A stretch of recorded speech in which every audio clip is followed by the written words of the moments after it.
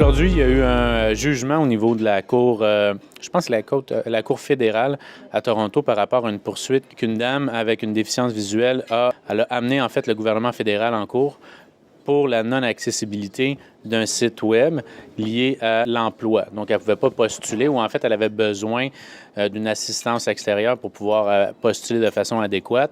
Le jugement est quand même assez sévère là, à l'endroit du gouvernement fédéral.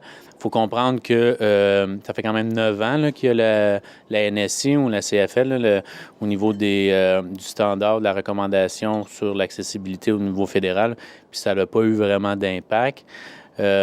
Donc, dans les recommandations, ce que le jugement impose, c'est 15 mois au gouvernement fédéral pour rendre leur site web accessible. Donc, c'est quand même assez majeur là, comme marché qui va s'en venir. Donc, ceux qui ne connaissent pas encore l'accessibilité du web, je vous invite à fortement vous y pencher.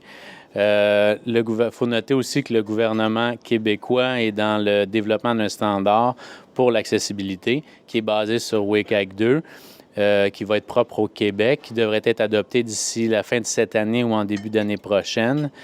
Puis, ça tombe bien. Nous, chez Accessibilité Web, le mois de décembre, on a une promotion spéciale sur les évaluations de sites. Donc, si vous voulez juste vous challenger à savoir si vous faites de quoi d'accessible, on a une promotion sur les évaluations. Ce que ça vous donne, c'est un rapport avec les critères ou les problèmes rencontrés, puis un plan de correction pouvant vous aider à appliquer les correctifs sur les différentes erreurs que vous avez faites. Donc, je vous souhaite un bon appétit. Au revoir.